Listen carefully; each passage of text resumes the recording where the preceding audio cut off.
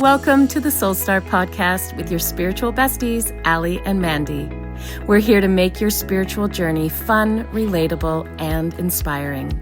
So let's raise your vibe and ignite your soul together.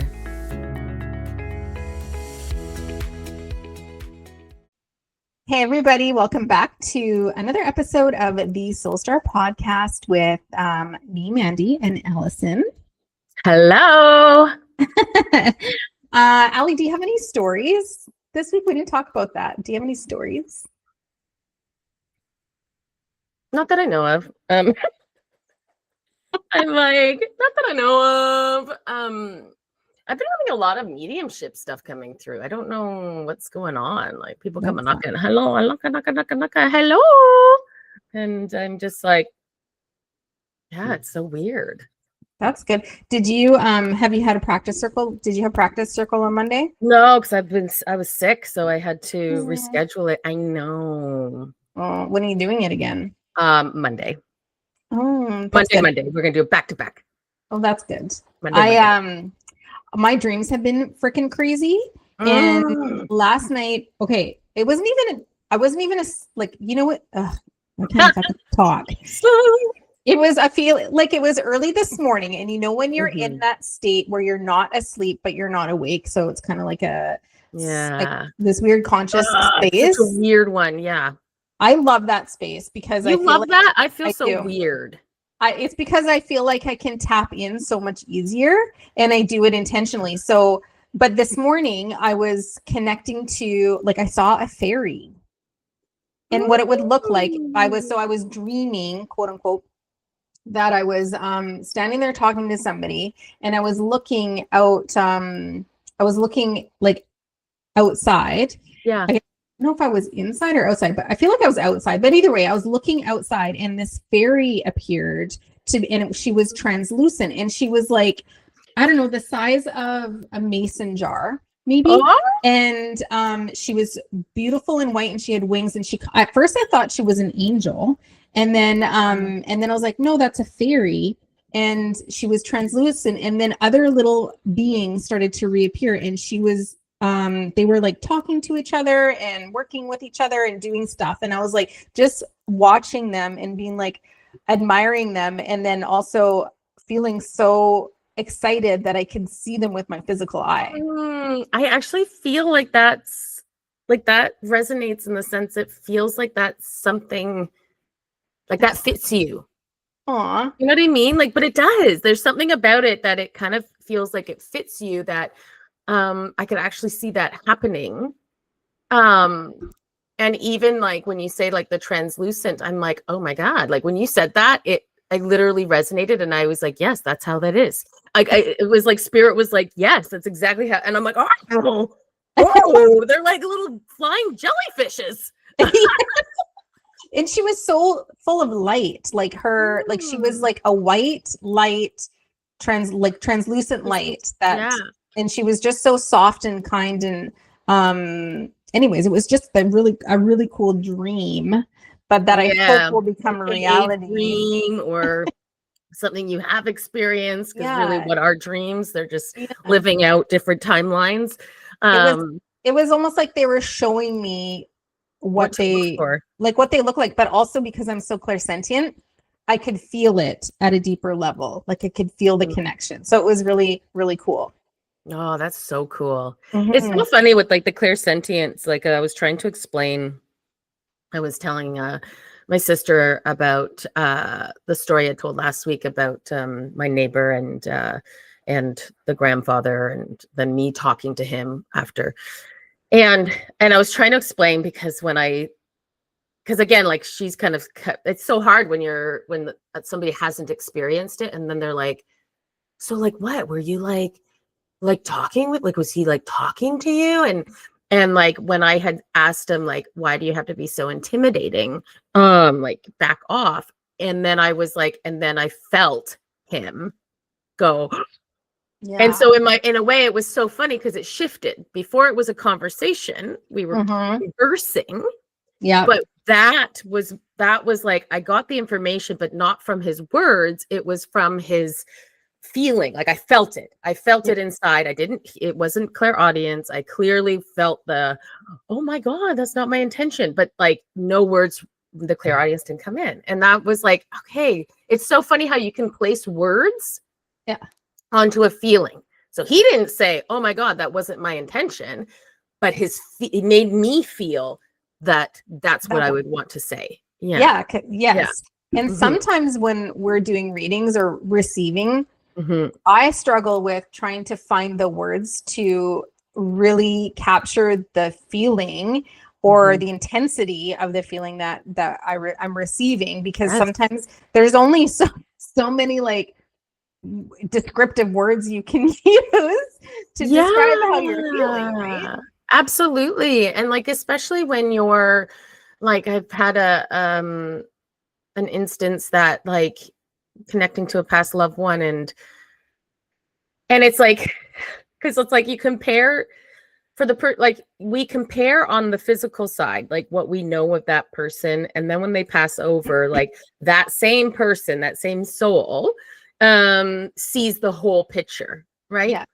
And so when they get to that side, they're not restricted anymore, and they can see the whole and be like, oh my gosh, why I'm so sore, why did I do this, or blah blah blah. And it's like, but it's sometimes hard to imagine that somebody on this side can be a certain way, or you expect your parents to be a certain way, and it's like connecting in and realizing that they're just they're coming from their own inner trauma, inner child, type of things. And so even though we look at them as like parents, or we put them up on pedestals or whatever, there's still a soul restricted in this body that has to kind of break through or try to break through some of these things, and we just don't. And that's okay, right? Like that's okay. They make mistakes, we make mistakes, like but sometimes it's hard for people to like understand how they're like, well, couldn't they tell that, like all of these things? And I'm like, no. Sometimes the people just have emotional immaturity within them, and they can't tell. They literally cannot. Yeah. Right. I agree. And I think that we're going to see this division become louder with our elders, like with our parents and with our aunts and uncles and our grandparents and the generations above us, like what we're millennials. So what is it, Gen X or Gen X is below us, right? I always forget. So I feel like Gen X, there's a bunch of people in Gen X, I believe, that are like awakening and part of this conscious shift, but a lot of them are not.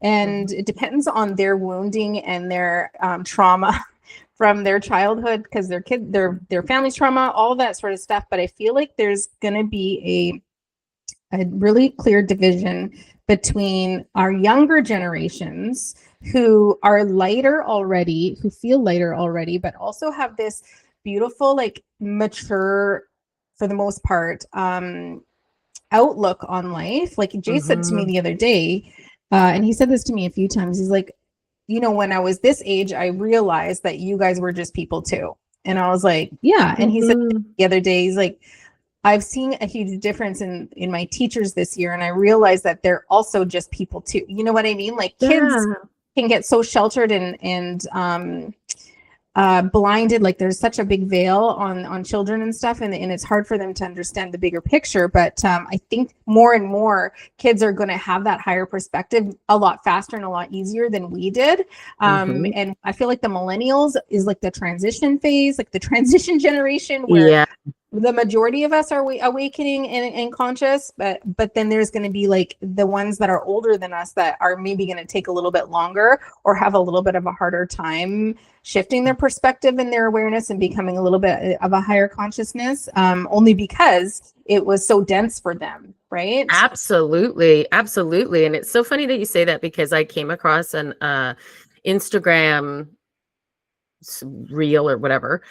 And it was of all of these people in a room, and they were like, it was all about them disowning their family.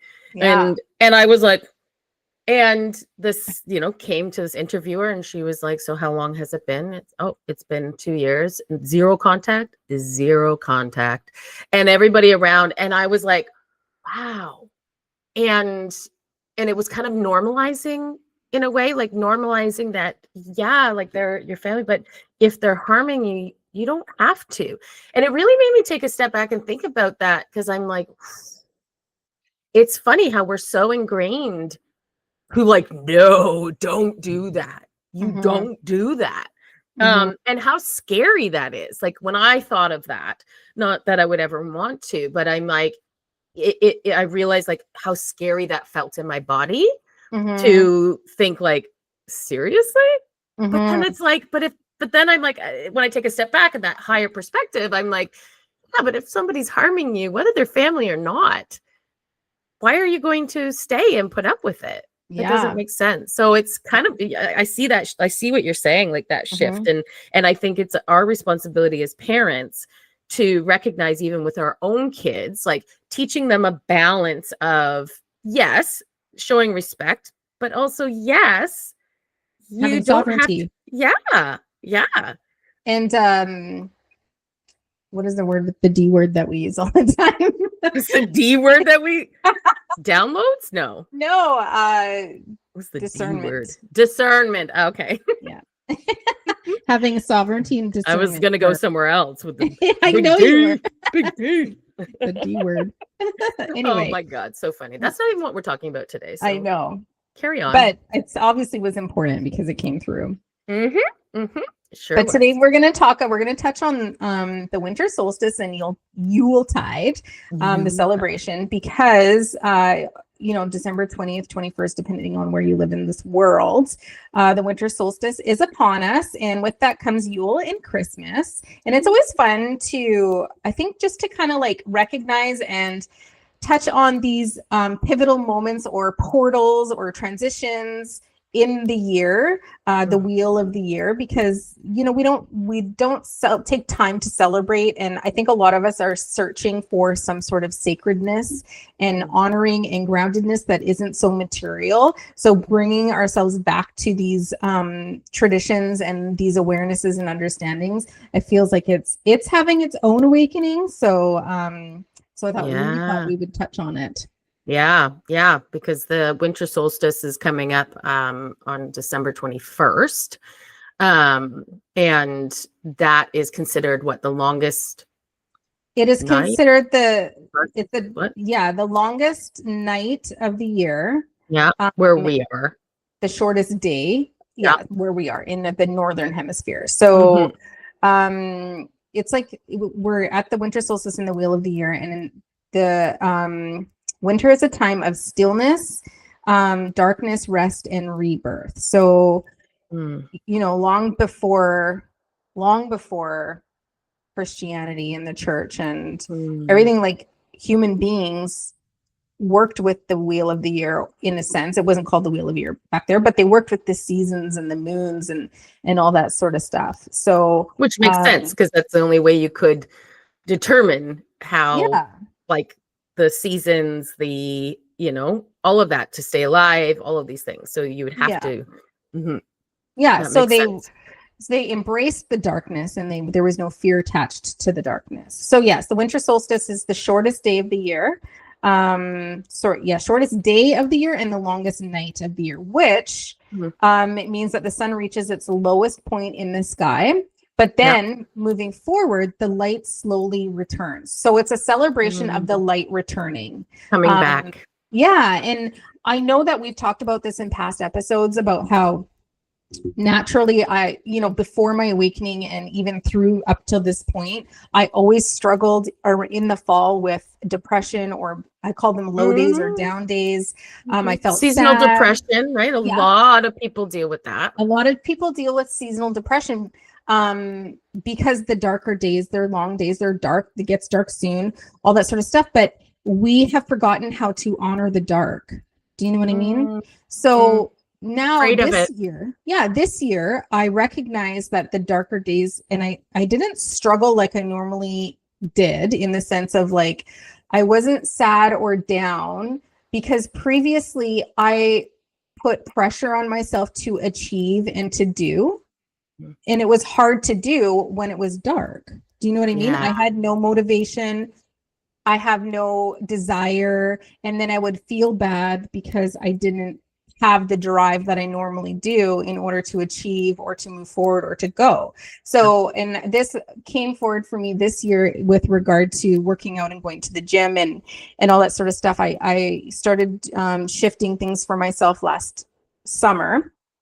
And then I noticed when the spring equinox came, I struggled to get to the gym. And then when the day started to get darker and we had the time change, I literally just can't, like, I'm like, I don't want to. But instead of beating myself up for it and then forcing myself to go to the gym, I'm like, oh, this is like time of Samhain and winter solstice. These are their dark days. You're meant to rest. Like, as a human being, the season is asking you to rest, to embrace the darkness. So instead of making myself feel bad and guilty about not going to the gym or being motivated to do this, that, and the other thing, I embraced it and I allow myself to have, like, to rest in the evening and do things that I enjoy, like reading or whatever it is, like just being quiet and into, like, meditating, like that sort of stuff. So I have gone through this season a lot differently than I ever have before. And I feel great about it because I've embraced the darkness and I'm not, like, mad about it. Do you know what I mean? Yeah, beating yourself up and all of that. And it makes sense, right? Like, you know, it's when it's dark and cold, like, it's not inviting. No, It's not inviting to step outside your warm house, you know, like, it's just not inviting. And I think, like, that's a big part of as a collective. It's something that we went far, far away from. And we're in this, you know, society of, like, go, go, go, go, go, go, more in so many aspects in our life. And with that mindset, it's that it pushes you, you know, to do these things. And it's like, I feel like we've gone so far that way in every aspect that now we're kind of just being asked to pull back to our ancestors, back to those roots, of, like, not putting so much fucking pressure on ourselves, right? Like, our nervous systems are just like, I know. yeah. And so it's, I love that you're kind of going back. It's like our ancestors had a lot right. They did. And you think about it, like, our ancestors, they worked their farms and that was like their crops. And, like, through Samhain, it was the harvest. And then winter, you're not going to see a farmer get up at 5 a.m. to go out and work his soil in his farm because he's not meant to. The season literally has asked him to let his crop, like his field, rest. That is what we're meant to do in the wintertime. So even in the corporate world, when we're achieving and we're grinding and we're trying to, like, achieve and push to get to the if you just let yourself relax and calm down, like, and embrace the season and work with the energy of the season instead of against it, I can guarantee you that you will have an easier time moving through the winter. And you will feel so much better. And this has taken me years to understand, and probably the first year where I embraced the slowness without feeling guilty about it. But I'm really enjoying it, and I'm excited to, like, I know in the spring that it's going to pick up and I'm going to feel better. And in the summer, you know what I mean? Like, I'm just going to flow with the seasons now. This is me. This is the new me. Is this a new me? Welcome, new me. And I do. I'm like, it's like listening to our bodies hold. Our intuition is completely locked into our bodies. It's our inner compass, and it holds all of it. So, you know, you listening to your body and what it wants, you're kind of, again, getting out of your own way and just, like, allowing spirit to, and allowing your vessel to just, like, guide you. It's so crazy. It sounds so weird and woohoo. But I just find, like, more and more and more, that's what it's kind of like coming back to, of recognizing it, is like coming back to your body and just listening to what it feels like and being open to receiving it. Yeah. Right. Yeah. Getting space to receive it. I know. And as for you, as the shadow worker, Allie, I want to I want to point out, like, this is your season. This is your season. It really is, because a lot of people are so scared of the dark. You know what I mean? They're scared of the shadow. They're scared to shine the light on the dark. They're scared to embrace the shadow within the darkness of the day. Like, it is, you know, this is a very sacred time of the year to focus on endings and new beginnings. You know what I mean? Like, endings, the death part, and then the beginnings, the rebirth part, that happens, you know, after the solstice, because the sun begins to return. That is where we're starting to feel a little bit more rejuvenated, where we have a little bit more hope, maybe a little bit more creativity, or a little bit of spark. And this is where we start to really become again. They become anew in a lot of ways. Yeah, so it's like the death, like the winter solstice is, I think, to release what you don't want to bring into this new kind of phase, right? With the sun returning and all of that. And then it's kind of like that starting point of it, building the foundation of this new path or version or whatever it is, right? Yeah. A clean slate. And it's really trusting that the sun will return, because it will, and trusting in yourself that you'll return with that sun, or something will shift for you at the same time. But I want to talk a little bit, because I can hear Spirit asking me to touch on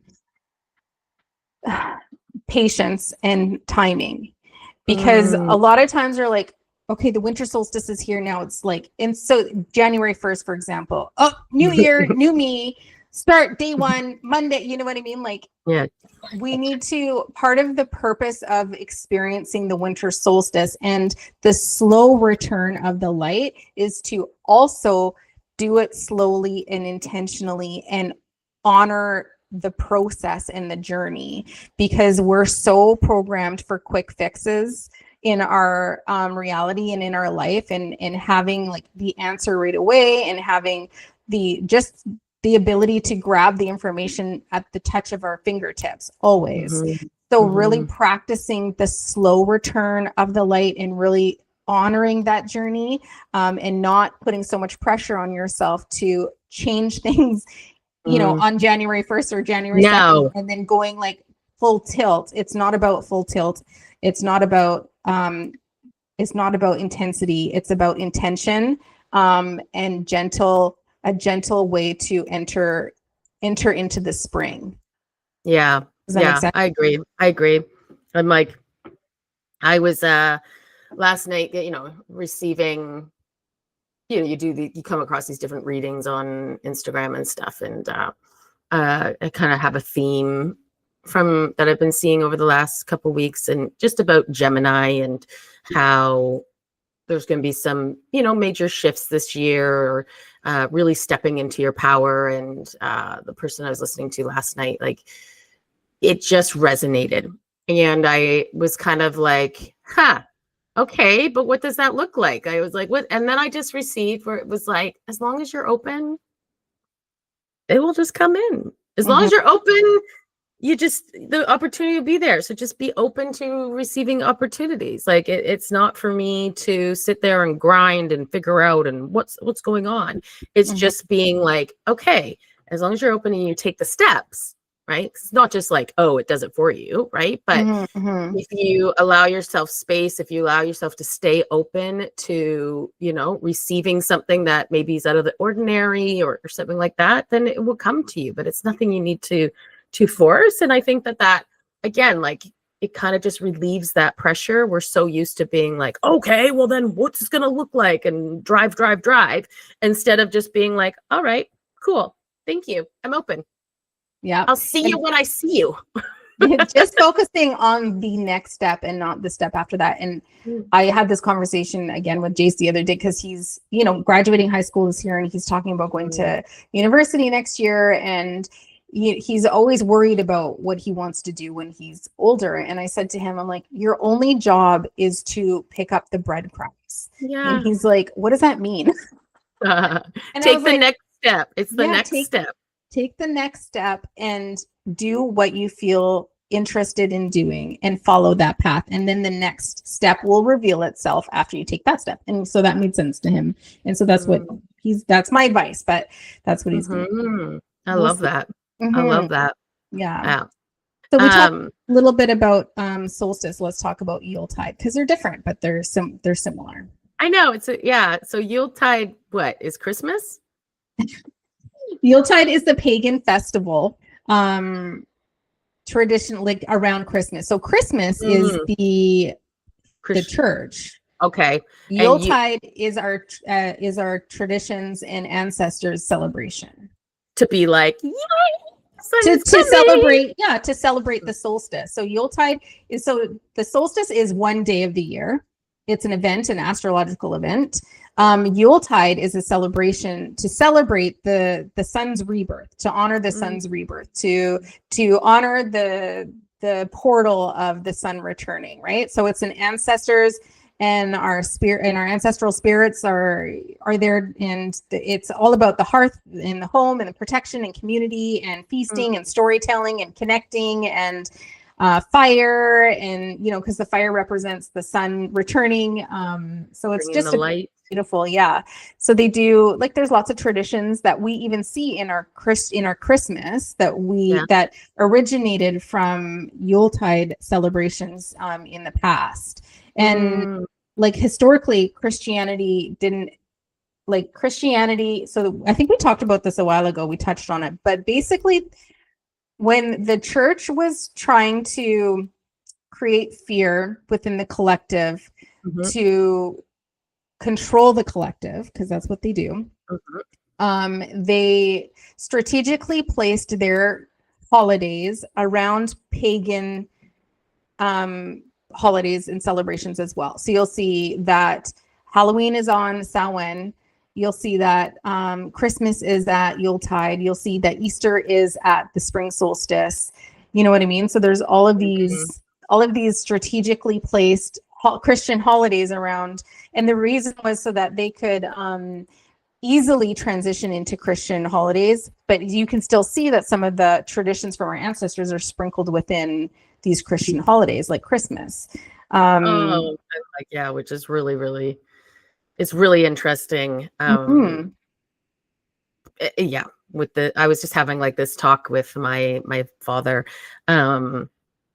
just about the church and everything, and and because he was like, again, he mentioned I should talk with the minister at their church, and that he thinks that she's really open to all of this and stuff, and it just like, again, like it got like, it was I love having those conversations, and just like, and even like somebody who, like, my dad's gone to church his whole life. He's involved with the church, but is like open, to kind of being like, yeah, like Jesus is a man that was open to the other side and was just saying what he was just like you and I are saying what we're receiving. And, he hurt just like anybody else. He, all of these things, but it's like the giving the power away, right? You're giving your power away when you put that where it's like, but it's within you. And I loved that my dad was even like, he was like, yeah, because we all are that. And I'm like, yes, we are, Dad. Yes, we are. I'm like, I love that. And so, and I think even like recognizing, because I did also have a conversation over the weekend with somebody I just met at an event, and they were very much into like Buddhism, or and Buddhism is very much like kind of like spirituality, and kind of sitting there being like, yeah, I don't pray to a single person. Like it's within yourself and blah, blah. And then my sister kind of made a point, because she was like, well, I do. And I take comfort in it. And I realized, like, whatever your path is, if it brings you comfort, then that's all that matters, right? But it's more if it starts to suppress you and take away your power, then it's something to maybe take a step back. But I see its purpose. I see a purpose of it, that if they're not ready to empower and have that within themselves, it's a way to kind of comfort. Yeah, it's like a bridge. Yeah, nice little bridge. Nice little Yeah. bridgey. This little bridge. I like that when they talk about like Yuletide and Christmas and how like when you were saying like they kind of some of the traditions. So like things like the Yule log. Yeah. Isn't it dessert like that? A Yule Is it log? what? Isn't there a dessert that like Well, anytime yeah, but the there's a dessert is dessert? based on the actual Yule log. So Yule the log, tradition, yeah. yeah, the tradition is that they would put a log on and burn it, and then as an offering to the goddesses or to right. And then after it was burned down, they would take the ash from the log and then spread it amongst their fields to as an offering to nature, in a sense, to support and ask for abundance and good crops for the following year. So that was the purpose of the Yule log. Yeah. And now we have it as a dessert. Yummy.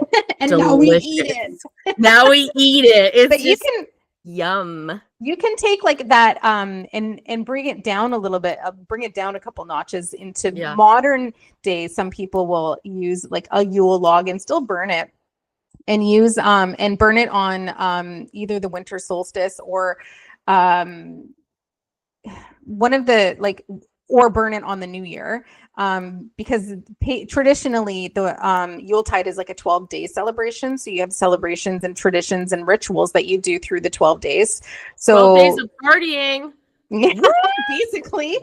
So then so you can take that. Some people now will take the Yule log or even just have like a little Yule stick, in a sense, like just make the intention that it's their Yule log, and then they'll burn it and then use the ash as offerings for their rituals or ceremonies throughout the year. So some people will take the ash and use it to anoint their candles when they're doing like an altar or a ritual or a ceremony to honor and whatever it is that they're honoring, whether they're asking for guidance from a goddess or a god or a sentient being or from Mother Earth or whatever it is. So okay, that's cool. I'm like, yeah.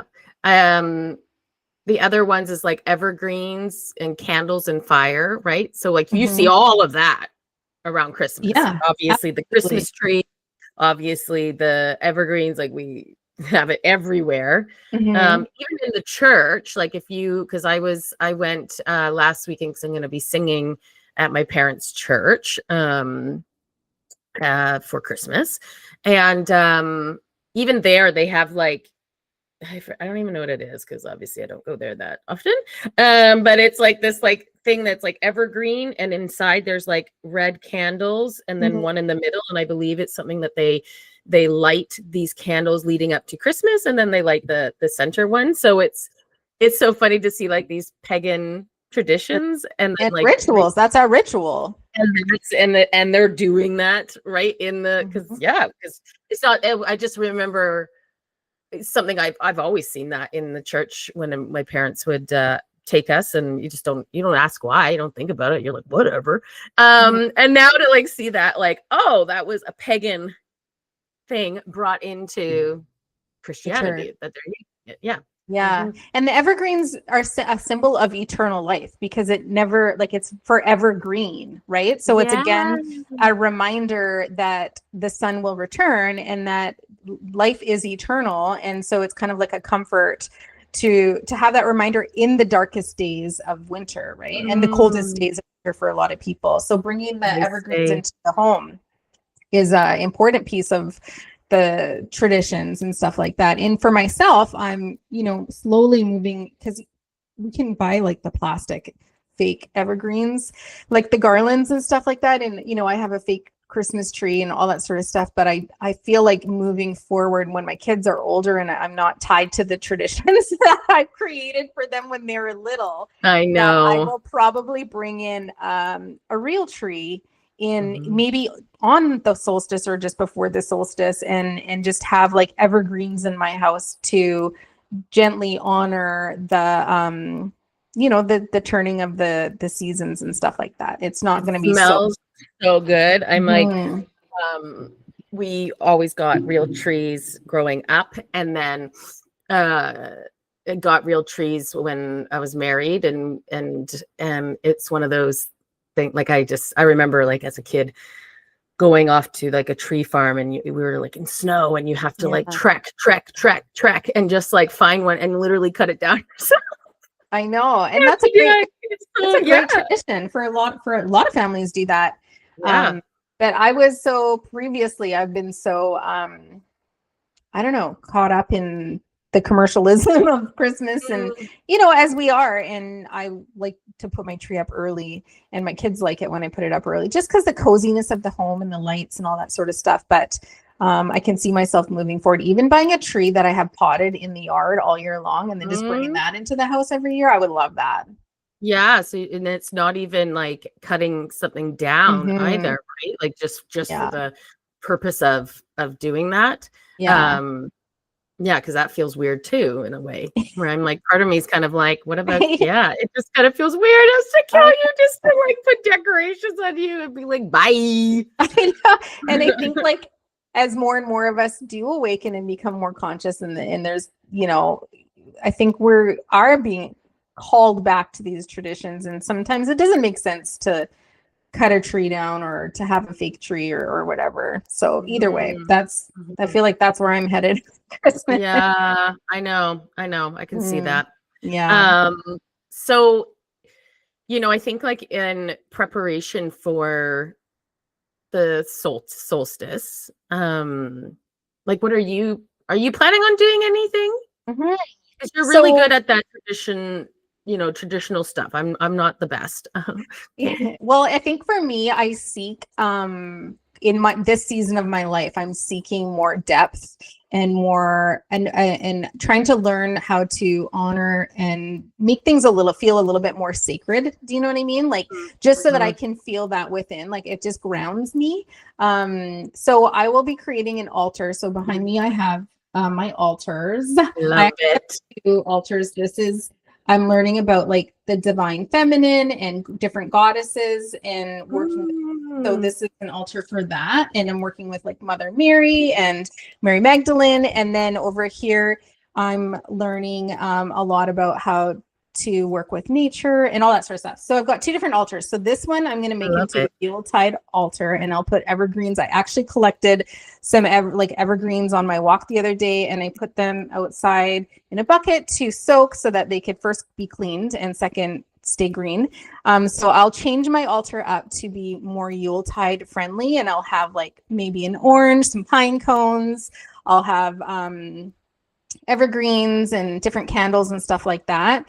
And then there's some different like rituals that you can do. I heard, and I haven't never done a ritual around solstice or Yuletide before. So I heard one where you can create your Yule log. And so I was actually asking Nick, I'm like, where can we get a birch tree? And he's like, forest? And I was like, but I need one like this big and like perfectly round so you can cut it for me. And then, so I don't know, like if I find a birch tree or whatever, but either way, you can make your own Yule log and you can decorate it, like put 3 candles in it, like long, tall candles, and then decorate it with, and then you can burn it on Christmas, New Year's Eve, and use the ash and spread it amongst your yard if you like, as an offering to Mother Nature or whatever you want. Your fairies. To my fairies. Yeah. And then I saw one say in the Yule log or in a candle of some sort, like even just writing intentions for the new year or things that you're letting go and then burning that. Just little things like that. So working with flame, because flame is representing the return of the sun, is in journaling and that sort of stuff. So I will definitely sit and do something like that, but I don't have anything specific yet what I'm going to do. Yeah. So just question about the greenery. So you soak it? What? I'm soaking it so that it lasts longer, because if you bring it in to the house, obviously it's going to get dried out, right? Oh gosh, dang it. So I made the second year that I've made a wreath. With obviously evergreen stuff. And so like it is on my front door, and it looks so pitiful after the first couple of days, and it's like and it's just like withering, and I'm like, and I just think, oh my God, my neighbor across the way must be like, ew. Well, it's also because we are bringing in like cutoffs, right? So we do it so early. They probably should have like, like obviously I couldn't soak it because it was an event, like they had it yeah there, but I can having your event closer to the winter solstice might make more sense, right? Mm. So commercially, Christmas fucking starts at Halloween. Like you can see Christmas and Halloween in the stores at the same time. It's ridiculous. So a lot of people, and there's nothing against this, I'm similar. Like I put my tree up in November at some point. A lot of people will put it up November 1st or even beforehand. But which is nice because like it also like I can see that in a sense because it brings light and joy and in these darker days. And there's nothing wrong with that at all. But if you're working with the energy of the seasons, we're still in the season of Samhain at that time. And so if you're wanting to bring real evergreen into your house, you should probably do it a little bit closer to the winter solstice, because then you can take it out after Christmas and then it'll last a little bit longer, right? Yeah. Instead of my like dried up little shriveled. I did the same. Like we did wreath making at end of November, and we have a wreath on the outside, and I did a garland for the inside, and it's absolutely dried out. And I'm like, oh. So the outside one is better, I'm assuming. Yes. Than the inside. Yeah. I'm going to replace the one that I created in November. But moving forward, I will just maybe plan to do it closer to the winter solstice, or do it as a tradition around the solstice to celebrate the solstice. Yeah. I like that. Yeah. And like, I think I'm just, me, I'm kind of a simpleton, and I just, because like I hate doing, I don't know what it is. I just hate doing rituals or feeling forced like I have to do something. Well, you don't have to do anything in it. No, you don't have to, but then you feel it, like you do feel like you want to, and then I'm like, I don't want to make it a big thing, but there's like this part of me that's like, you know what? I think I'm just like, I'm just going to be quiet. I'm just going to intentionally just kind of put on some meditation music, ground my energy, kind of just open up for whatever. Yeah. I might pull a couple of cards, and I always find like if I can go into it like that with no expectations, and it's just kind of like, then usually more comes. But if I set it up in my head, where I'm like, okay, I can't have anybody coming over because I want to do this and I want to do that. I find I put this like pressure on myself, and then I shut down, right? And and I love that. I love the difference that you and I have always had with that, because like I love, the way that you go about and do it, and I'm like, there's this part of me that's like, man, I wish I was more like that. But then I also had to like honor myself and be like, but you're not. And so don't force it. And do whatever kind of, like, again, do whatever kind of feels good. And that's what I've, always loved about you and I, is that we kind of like do the opposite. So it speaks to everybody, because there's some people that are like, love their tradition, and they can get these great ideas from you. And I love that you bring that forward. And then there's the other people that, are like me and want the easy button, and and it's kind of giving permission to be like, it's okay. You can do the easy button. It's totally fine. It's just as impactful. Like it doesn't, it's completely up to you of like what it feels like, Yeah. And I feel like that's important for people to recognize within themselves how they truly feel that they want to recognize or honor certain, times of the year. But I also want to share like rituals. I like to really anchor in. So that's why I do a little bit of extra. But sometimes a ritual is as simple as lighting a candle. I light candles in the house all the time. And every night after dinner, we clean the kitchen. And my ritual is clean the kitchen, turn the lights off, light a bunch of candles around the house. Those are little rituals. Doing your skincare routine is a ritual. It's a ritual. Having my tea in the morning is my little ritual. I like have my toast and my tea. It's my little thing. It's your ritual. And that's your time where you get to be with yourself and with your thoughts and with the cozy energy that you're creating and honoring yourself. So rituals don't have to be these big events, these big things. No. Those are more like ceremonies. Rituals are the little things that you do for yourself throughout the day or throughout the week or throughout the month that you're doing just for yourself. And, you know, even like there's a girl that played ball with my daughter, and every time she swung her bat, like in the batter's box, she would step out of the batter's box and take 3 practice swings, and then she would step back in. And I recognize that as her ritual. It drove everybody else crazy because they're like, God, why does she always have to take 3? Do it! Like, come, you're wasting so much time. And I'm like, that's just her ritual. It's her superstition. That's how she's grounding back into her moment. Like, let her fucking have that. So it can show up in so many different ways, is what I'm trying to say. Yeah, and I think like even in that sense, I could see how society could look at that and be like, oh man, like that's a OCD type of behavior that she's doing, and so we can like easily label something like that and be like, oh yeah, I need to change that because like the thing. But again, like I like your perspective of being like, for her it's grounding her into that moment, and that's so true. And it's, you know, even when I'm doing my connection ritual, which I definitely fight it, you know, like I never connect without doing it, never. But I also, you know, will start it off and be like, I hate this part. I don't want to do this. I'm like, I'm such a kid. But then I do it and I'm like, and I completely love it by the end. Like, I feel like, because I am grounding myself. That ritual is shifting my frequency, my energy to be able to hold and open up. And every single time, I've never got to the end and been like, I hated that so much.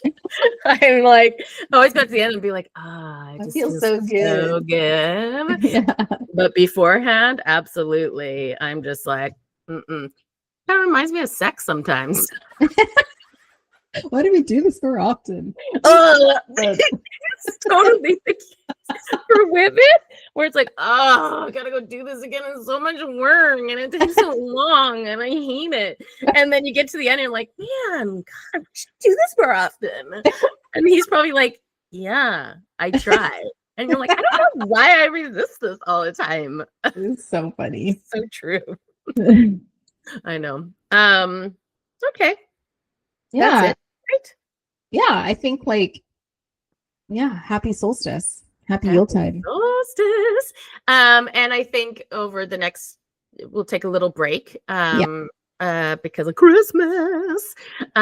So we will see you in the new year, and hope you have a wonderful holiday with friends and Yuletide. Yuletidings. Celebration. Carols. Yeah, whatever it is. Yeah. Whatever. And Happy New Year. Yeah. All right. We will see you in 2026. Bye.